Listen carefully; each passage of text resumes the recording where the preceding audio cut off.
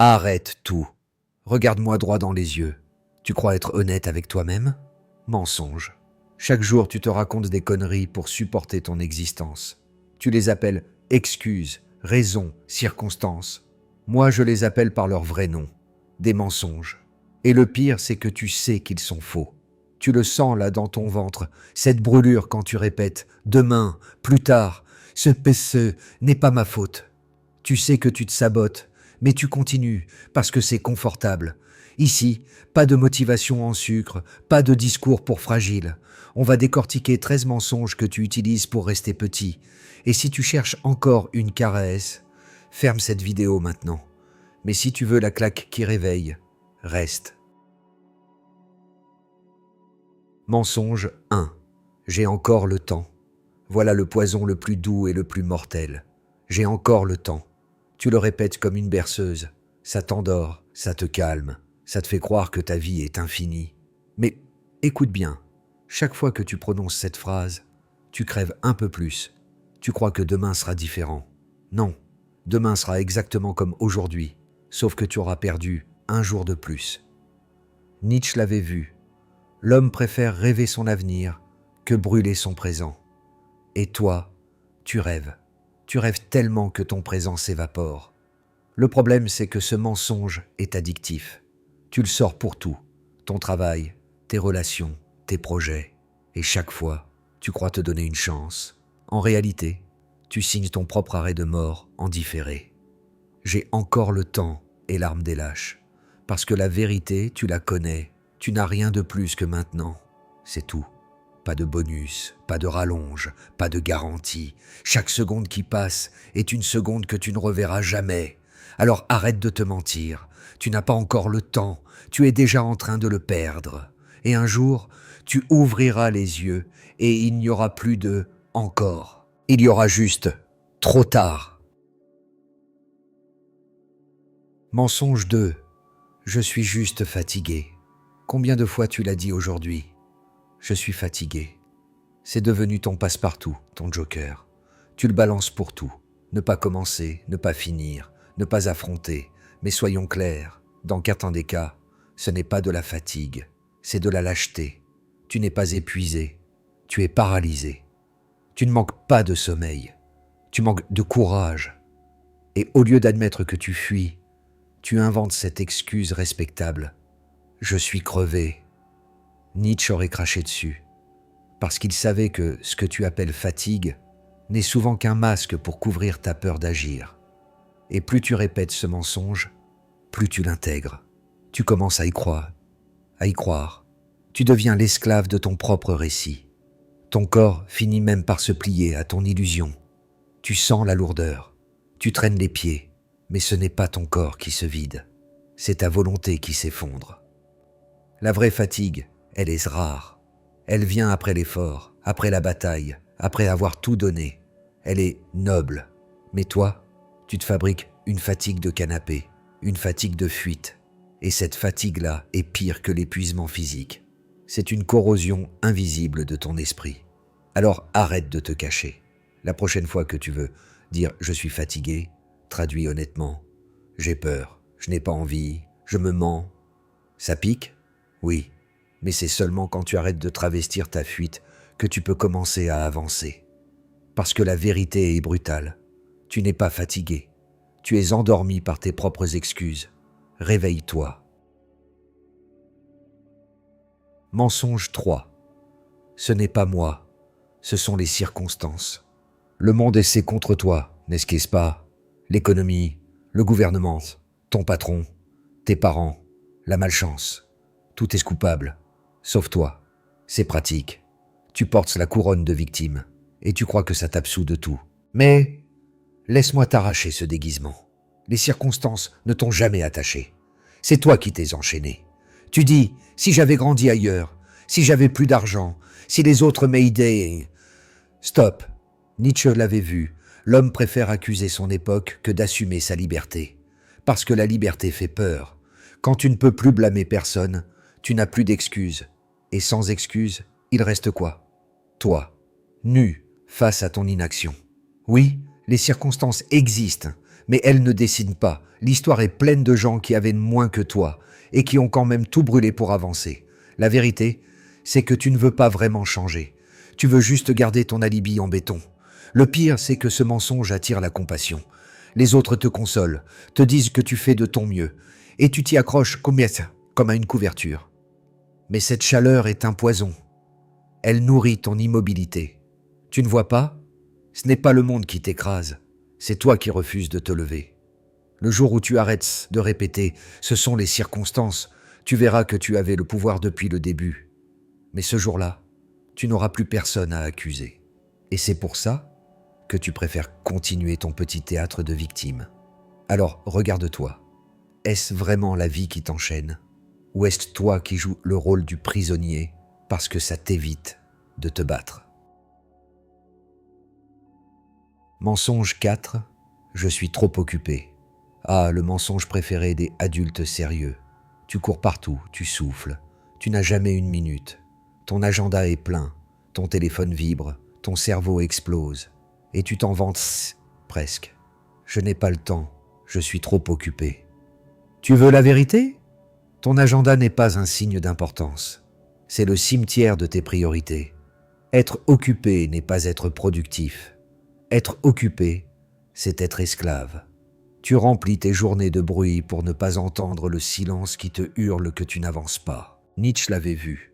La plupart des hommes fuient leur vide intérieur en s'occupant. C'est exactement ce que tu fais. Tu dis oui à tout, sauf à toi. Réunions inutiles, conversations creuses, obligations sociales. Tu empiles, tu surcharges, tu te perds. Et à la fin, tu rentres fatigué, mais vide. Pas vidé par l'effort, vidé par la dispersion. Le pire, c'est que tu crois que ça te rend respectable. Comme si courir dans tous les sens était une médaille d'honneur. En réalité, c'est une laisse. Plus tu es occupé, moins tu es libre. Parce que ce ne sont pas tes choix qui gouvernent ta vie, mais le flux des demandes des autres. Ton « je suis trop occupé » est une fuite. Tu l'utilises pour ne pas regarder en face ce que tu refuses de faire. Écrire ce livre, quitter cette relation, lancer ce projet. Tu caches ton absence de courage derrière une avalanche de petites tâches. Alors arrête de confondre agitation et direction. Demande-toi, sur tout ce chaos, c'est ce qui compte vraiment? Si tu supprimes 80% de ton agenda, que reste-t-il? Ta vérité. Mais ça, tu ne veux pas l'admettre. Parce que tant que tu es occupé, tu peux rester aveugle. Mensonge 5. Je ne suis pas encore prêt. Le mensonge le plus poli, le plus soigné, le plus séduisant. Je ne suis pas encore prêt. Tu le dis avec sérieux, presque avec noblesse, comme si tu étais un stratège qui attend le bon moment. Mais arrêtons la comédie. Ce moment n'existe pas. Tu crois quoi? Qu'un jour tu te réveilleras avec zéro doute, zéro peur, toutes les conditions alignées comme par magie. Ce jour-là ne viendra jamais. Nietzsche l'avait vu, celui qui attend d'être prêt reste éternellement immobile. Parce que la vie n'offre jamais de certitude.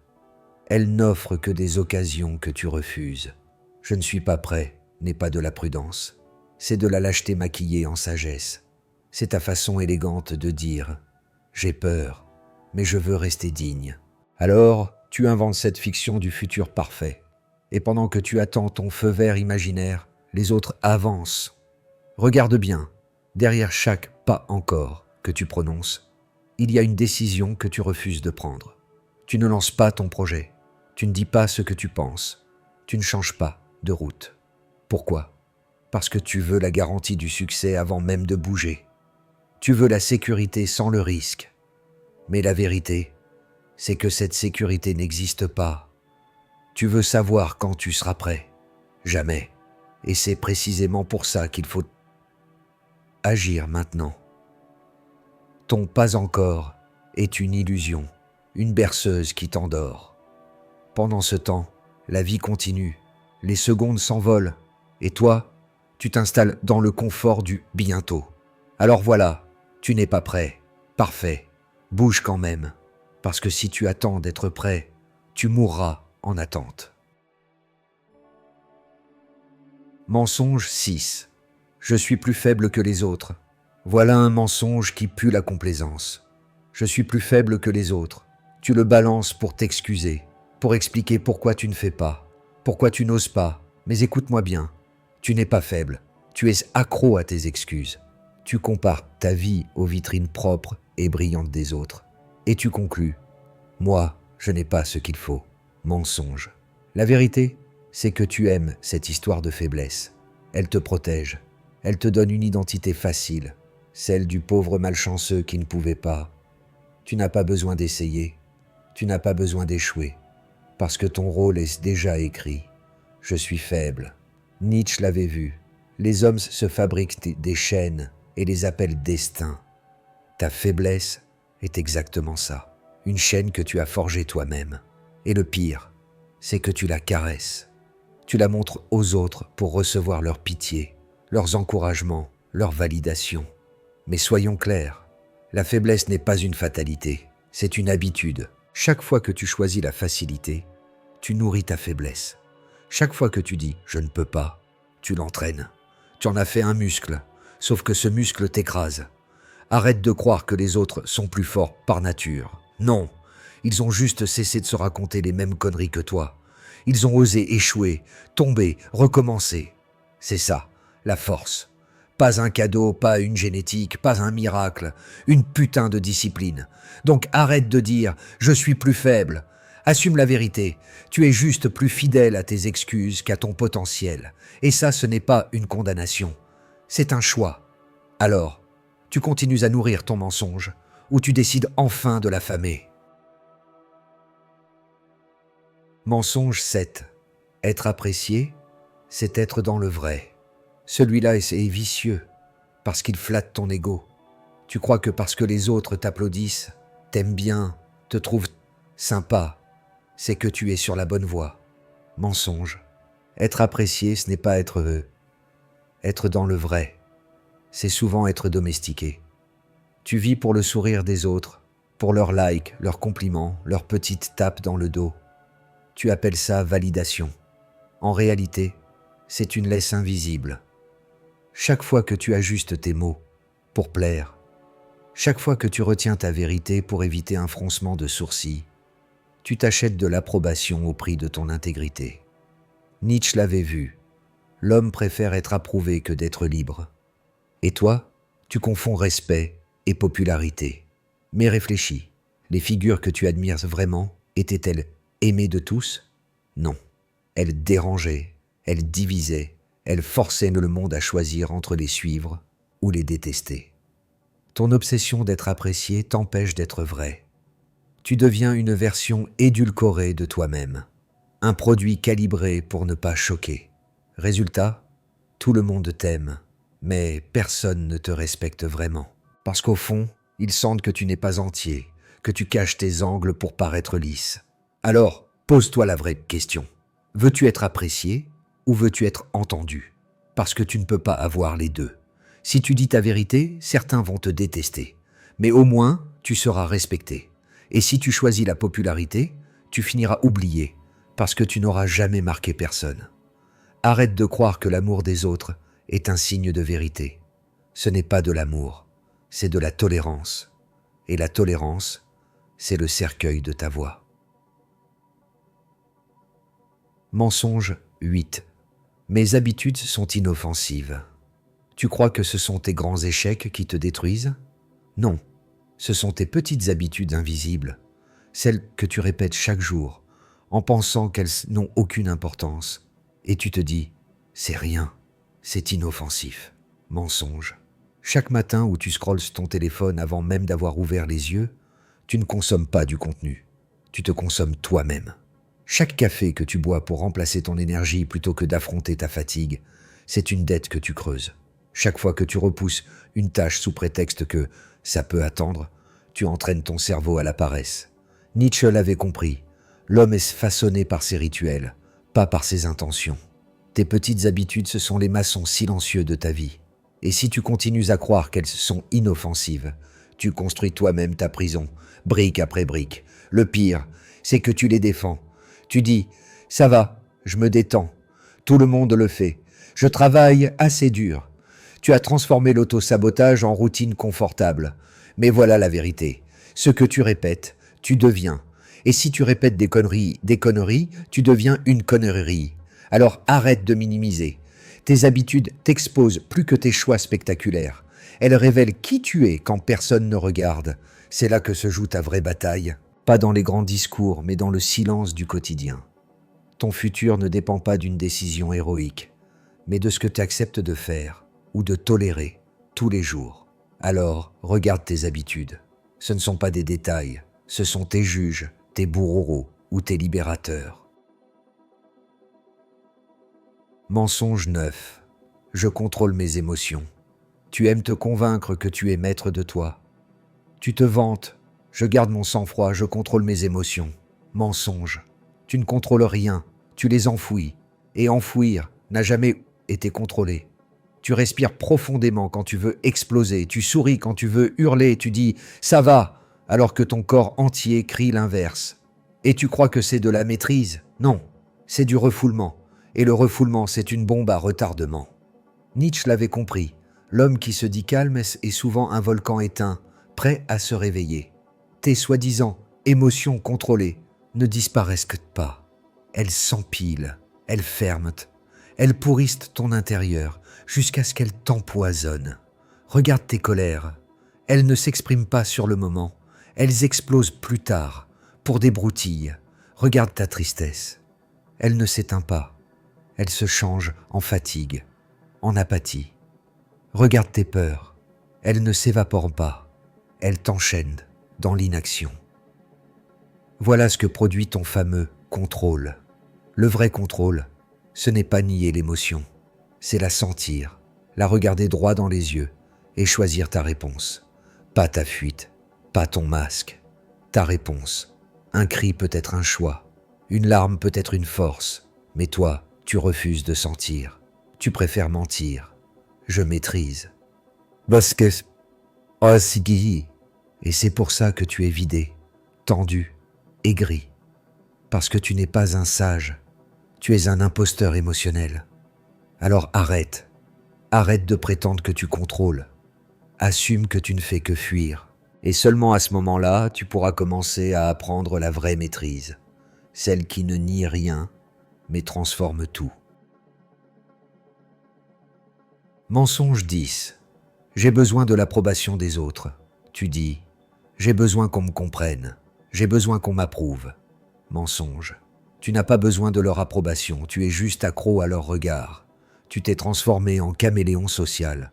Chaque fois que quelqu'un te regarde, tu changes de couleur pour plaire. Et tu appelles ça être aimé. Mais ce n'est pas de l'amour, c'est une addiction. Tu vantes ton authenticité contre des miettes de validation. Tu dis ce que les autres veulent entendre. Tu fais ce qu'ils attendent de toi. Et quand enfin ils te félicitent en tic, tu respires. Comme un junkie qui vient d'avoir sa dose. Nietzsche l'avait vu. Celui qui vit pour être vu cesse d'exister pour lui-même. Et c'est exactement ce qui t'arrive. Ta vie n'est plus la tienne. Elle est un théâtre où tu joues des rôles que tu n'as pas choisis, juste pour que le public applaude. Le pire, c'est que tu te mens. Tu crois que sans approbation, tu serais seul. Mais regarde bien, tu es déjà seul. Parce que personne ne connaît ton vrai visage. Ils connaissent juste ta version modifiée, polie, arrangée. Et toi, tu disparais derrière ton masque. Alors arrête de répéter « j'ai besoin de l'approbation ». Ce que tu as besoin, c'est d'une colonne vertébrale. Le respect de soi pèse 1000 fois plus que les applaudissements creux des autres. Oui, certains vont te détester si tu dis ta vérité. Mais au moins, tu existeras vraiment. Choisis. Veux-tu être applaudi comme un acteur ou respecté comme un être entier? Tant que tu vis pour leurs yeux, tu n'as pas de vie. Mensonge 11. Je sais ce que je veux. Tu te balades la poitrine gonflée, affirmant « Moi, je sais ce que je veux ». Arrête.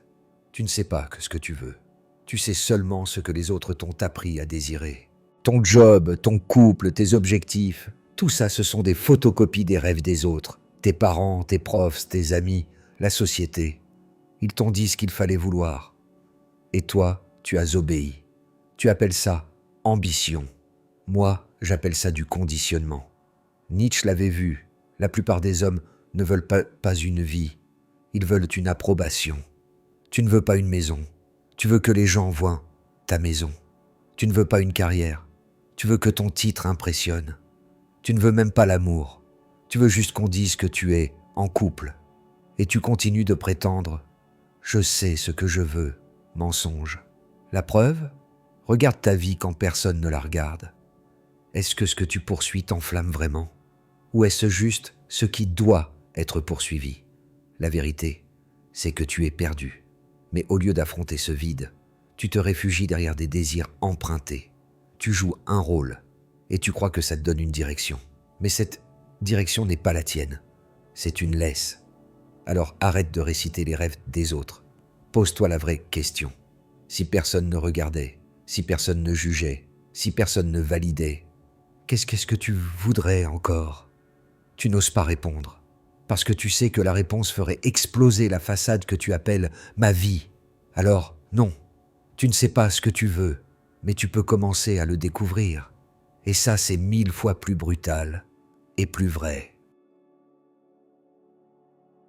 Mensonge 12. Mon passé définit mon futur. Voilà l'un des mensonges les plus lourds. Celui que tu traînes comme une chaîne autour du cou. Mon passé définit mon futur. Tu dis que tes erreurs t'ont condamné. Tu crois que tes cicatrices sont des murs. Tu penses que ce que tu as vécu est une prison dont tu ne sortiras jamais. Mensonge, ton passé ne te définit pas, c'est toi qui refuses de le brûler. Tu continues de répéter tes histoires comme un disque rayé. J'ai été trahi, j'ai échoué, j'ai souffert. Tu en as fait ton identité. Tu n'es plus une personne, tu es un musée de douleur et tu invites les autres à visiter pour qu'ils te plaignent. Nietzsche l'avait vu, ceux qui se courbent sous leur passé meurent avant d'avoir vécu. Tu crois honorer ta souffrance en la ressassant. En vérité, tu la glorifies. Tu lui donnes un pouvoir qu'elle ne mérite pas. Ton passé n'est pas une prophétie, c'est un cadavre. Et chaque matin où tu le ressuscites, tu te condamnes à revivre la même histoire. Oui, tu as souffert. Oui, tu as échoué. Et alors, tout le monde porte ses cicatrices. La différence, c'est que certains en font des armes et toi tu en fais des excuses. Ce que tu refuses d'admettre, c'est que rester prisonnier du passé est confortable, parce que ça t'évite d'affronter le présent. Tu peux dire « Je ne peux pas avancer, regarde mes blessures », et les autres te croient, mais c'est un mensonge de plus. Alors arrête de vénérer tes fantômes. Tu n'as pas été défini par ton passé, tu as été freiné par ton refus de le tuer. Le jour où tu le laisseras brûler, ton futur commencera enfin. Mensonge 13. Je me dirai la vérité demain. C'est le mensonge suprême, celui qui engloutit tous les autres. Demain. Tu crois que demain sera le moment idéal pour être sincère avec toi-même, pour arrêter les excuses, pour enfin bouger, mais demain n'existe pas. C'est une fiction que tu inventes pour anesthésier ta peur. Chaque fois que tu dis « demain », tu t'offres un petit shoot de soulagement. Tu repousses l'inconfort, tu t'achètes du temps, mais c'est une dette que tu ne paies jamais. Demain devient toujours aujourd'hui, et tu recommences la même comédie. Encore un jour de perdu. Nietzsche l'avait vu. Celui qui attend le futur se condamne à répéter son présent. Tu es exactement là-dedans. Tu vis dans une attente éternelle. Et ton demain s'empile, jusqu'à devenir une montagne de regrets. La vérité est brutale. Tu n'as que 2 options. Soit tu choisis aujourd'hui, soit tu renonces à jamais. Il n'y a pas de 3e voie. Le mensonge du qui demain est confortable, mais c'est le plus mortel, parce qu'il ne fait pas mal sur le moment. Il t'endort doucement, jusqu'à ce que tu te réveilles trop tard. Alors arrête de dire « demain ». Regarde-toi dans la glace et dis « maintenant ». Pas quand tu seras prêt, pas quand les conditions seront parfaites, pas quand tu auras moins peur. Maintenant, sinon sache-le, tu as déjà choisi le mensonge et tu mourras avec. Voilà, 13 mensonges, 13 chaînes, et tu viens de les voir en face. Maintenant, tu n'as plus d'excuses. Tu n'es pas victime de ces mensonges. Tu es leur complice. Tu les répètes, tu les chéris, tu les portes comme des médailles. Mais aujourd'hui, tu n'as plus l'alibi de l'ignorance. Alors choisis. Soit tu continues ton théâtre, tes excuses, tes demain, soit tu les écrases, ici, maintenant. La vérité, c'est qu'il n'y a pas de futur à attendre. Il y a seulement ce moment et ce que tu décides d'en faire. Et si tu as le courage de briser ces mensonges, alors tu découvriras enfin ce que Nietzsche appelait la seule vraie liberté, celle d'être nu face à soi-même et de dire quand même oui à la vie.